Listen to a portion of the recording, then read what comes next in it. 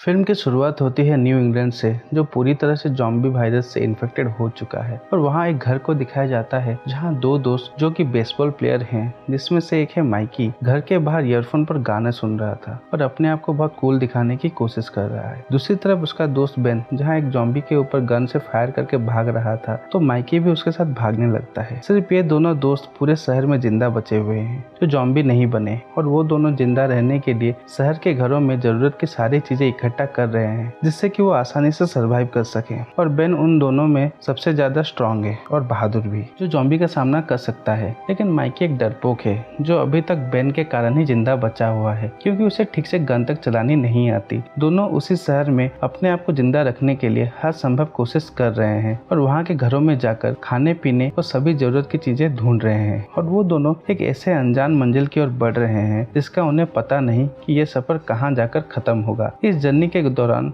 उन्हें कई खतरों का सामना भी करना पड़ सकता है, जो कि उन्हें अभी तक नहीं सोचा है। आगे हम देखते हैं जो पास के जंगल में रेस्ट कर रहे हैं, जहां माइकी कुछ कूपन स्क्रैच कर रहा है और वो बेन को बताता है कि उसके 100 बैकेट की लॉटरी लगी है। लेकिन बेन उसका इस बात पे मजाक उड़ाता है और फिर वो दोनों बेसबॉल खेलने लगते हैं। फिर वो दोनों फिशिंग करने लगते हैं, जहां एक घर में बेन तो ज़ॉम्बी को मार गिराता है और माइकी उसे कहता है कि तुमने तो कहा था कि ज़ॉम्बी जंगलों में नहीं आते। तो बेन उसे समझाता है कि उसे भी नहीं पता ये लोग जंगल में आते हैं। फिर उन्हें वहाँ एक कार दिखाई देती है जिसमें से एक मोटी औरत बैठी हुई थी। वो एक ज़ॉम्बी थी जिसे बेन मार गिराता है और वो दोनों उस कार को लेकर वहाँ से चले जाते हैं।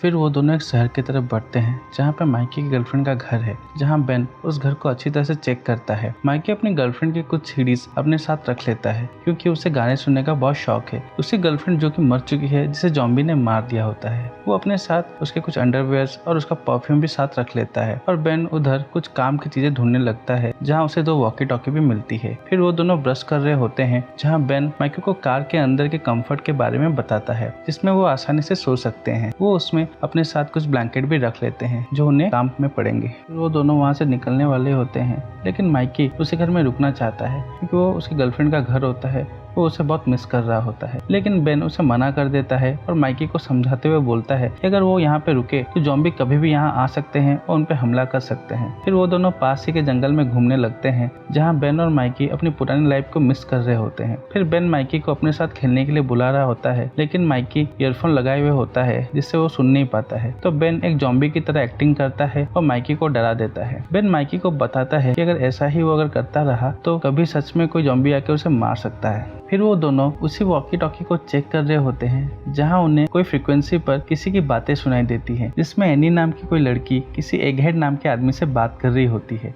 मिकी उनसे बात करने की कोशिश करता है, उन्हें सारी बातें बताता है, वो कैसे दोनों सरवाइव कर रहे हैं और उन्हें अपने साथ रखने का बोलता है। माइकी उन्हें बताता है कि उनके पास एक कार भी है जिसमें उनके पास हर एक काम की चीजें भी अवेलेबल है जो शायद उनके काम आ जाए। लेकिन एगहेड उन्हें मना करता है और उनसे दूर रहने का बोलता है और उन्हें फिर से कांटेक्ट ना करने का कह के कॉल डिस्कनेक्ट कर देता है। फिर माइकी बेन से चिल्लाते हुए बोलता है कि वो इस तरह अपनी लाइफ नहीं जी सकते। उन्हें ये भी नहीं पता कि आज वो सोएंगे तो कल जिंदा उठेंगे भी या नहीं, और माइकी ऐसी लाइफ नहीं जीना चाहता। और वो एनी और उसके साथियों को ढूंढने का कहता है, क्योंकि माइकी ने करीब 2 महीने के बाद किसी इंसान की आवाज सुनी। माइकी बेन को कहता है कि वो इस तरह घुट घुट के नहीं जीना चाहता, उसे पहली जैसी लाइफ चाहिए। आगे हम देखते हैं माइकी लगातार एनी से कांटेक्ट करने की कोशिश कर रहा होता है, जिसे देख के बेन उसका मजाक उड़ाता है। वो बोलता है कि तुम्हें सिर्फ एनी ही याद आ रही है, क्या तुम्हें एनी से प्यार हो गया है? फिर वो दोनों बात करते करते एक दूसरे घर की ओर बढ़ते हैं, जहां उन्हें 2 ज़ॉम्बी मिलते हैं जिन्हें बेन बड़ी आसानी से मार गिराता है। फिर वो दोनों वहां से आगे बढ़ रहे होते हैं, जहां बेन एक वाटरफॉल में नहा रहा होता है और माइकी कार में आराम कर रहा है। तभी माइकी देखता है कि एक खूबसूरत सी ज़ॉम्बी लड़की वहां आती है, जिसे देख के माइकी का मन भटक जाता है। फिर वो हल्का होने लगता है और वो अपना काम पूरा नहीं कर पाता, इससे पहले बेन उसे खत्म कर देता है और वो माइकी की इस हरकत को देख के उसका मजाक उड़ाता है। और वो दोनों अपनी जर्नी कंटिन्यू करते हैं और कुछ देर बाद उन्हें वहाँ एक घर मिलता है, जहाँ माइकी फिर बेन से वहाँ रुकने का बोलता है, लेकिन इस बार बेन उसकी बात मान लेता है। लेकिन वो इसके बदले माइकी के ईयरफोन ले लेता है, जिससे माइकी को बहुत गुस्सा आता है और वो वहाँ से सोने के लिए चला जाता है। जहाँ हम देखते हैं कि वो फिर से एनी से कांटेक्ट करने की कोशिश कर रहा होता है और इस बार एनी उससे बात करती है और माइकी उसे बोलता है कि वो उसे अपने पास बुला ले, क्योंकि वो ऐसी जिंदगी नहीं जीना चाहता। लेकिन एनी उसे बार बार मना करती है और वो निराश होकर वहीं पर सो जाता है। वहीं दूसरी तरफ बेन उस रात को बहुत एंजॉय कर रहा होता है और वो अकेले ही पार्टी मना रहा होता है। सुबह होती है और हम देखते हैं कि बेन ने एक ज़ॉम्बी को बांध के रखा है और वो माइकी के रूम में उसे छोड़ देता है, जिससे कि माइकी उसे मारकर अपना सारा डर भूल जाए। फिर हम देखते हैं जैसे कि वो ज़ॉम्बी माइकी के कमरे में जाता है तो वो बाहर से अपना दरवाजा बंद कर देता है। माइकी जोर जोर से चिल्लाता है। आखिरकार वो ज़ॉम्बी को खत्म कर देता है, पर उसे बेन की इस हरकत पे बहुत गुस्सा आता है। वो उसे एक जोरदार पंच मारता है, जिससे कि बेन के मुंह से खून निकलने लगता है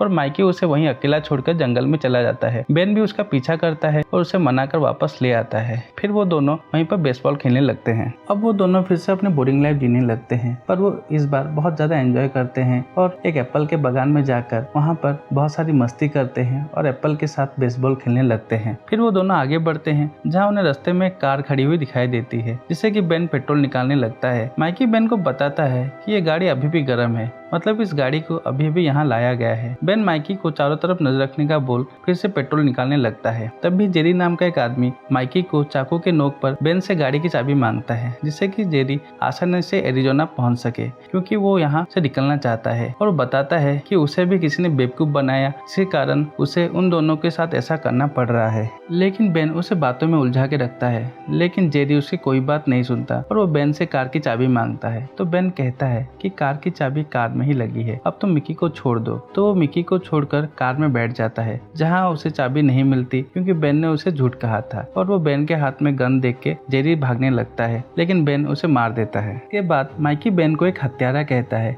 कि वो कैसे जेरी को मार सकता है, वो तो एक इंसान था, ना कि कोई ज़ॉम्बी। लेकिन बेन माइकी को बताता है कि वो अगर उसे नहीं मारता तो क्या करता, क्योंकि वो तुम्हारे ऊपर चाकू से हमला करने का सोच रहा था। तभी वहाँ पर एक कार आती है, जिसमें से एक लड़की और एक आदमी उतरते हैं, जो कि उनके साथ अच्छे से बात करते हैं और बताते हैं कि ये कार उनकी है और एक चोर उनसे चुरा के भाग गया था। तब वो लोग कार में पेट्रोल डालते हैं, उसे ले जाने लगते हैं। लेकिन तभी माइकी उस लड़की की आवाज को पहचान लेता है और उसे एनी के नाम से बुलाता है और उसे पूछता है कि वो एनी है। तो वो लड़की बिना कुछ कहे बेन को गोली मार देती है और माइकी से कहती है, तुमसे कहा था कि मुझसे दूर रहना, और उन दोनों को अगली बार मिलने पर उनको खत्म कर देगी। ऐसा कहकर वो उन दोनों की कार की चाबी को वहाँ से लेकर दूर फेंक देती है और वहाँ से चली जाती है। इसके बाद माइकी उस चाबी को घास में ढूंढने लगता है, लेकिन उसे चाबी नहीं मिलती। तो बेन कहता है कि चाबी वो सुबह ढूंढ लेंगे, अब शाम हो चुकी है और अंधेरा भी हो चुका है। वो दोनों उसी कार में रात गुजारने का सोचते हैं और रात होने पर माइकी को कुछ आवाज सुनाई देती है। वो लाइट ऑन करके देखता है कि उनके सामने बहुत सारे ज़ॉम्बी खड़े हुए हैं, जो उनकी कार के पास आ जाते हैं। वो लाइट ऑफ करके वहीं सो जाता है और सुबह होने पर देखते हैं कि वो सारे ज़ॉम्बी उनके कार के पास खड़े हुए हैं। तो माइकी बेन को वहाँ से भागने का बोलता है, लेकिन बेन माइकी को चिल्लाते हुए बोलता है कि उसी के कारण ये सब सिचुएशन क्रिएट हुई है और वो दोनों उसी कार में रहकर जीने का सोचते हैं। लेकिन वो उन ज़ॉम्बी की आवाज सुनकर माइकी इरिटेट होने लगता है। वो अपनी ईयरफोन की मदद से उस कार में ही नींद ले लेता है।